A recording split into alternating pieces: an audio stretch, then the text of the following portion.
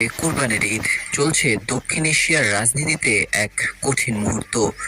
আর তাই এবার বাংলাদেশে গরু নিয়ে এক ঐতিহাসিক বাস্তবতা তৈরি হয়েছে। এই ঈদে কুরবানির জন্য কোনো আমদানিকৃত বা সীমান্ত ঘেঁষা চোরাই গরুর প্রয়োজন নেই।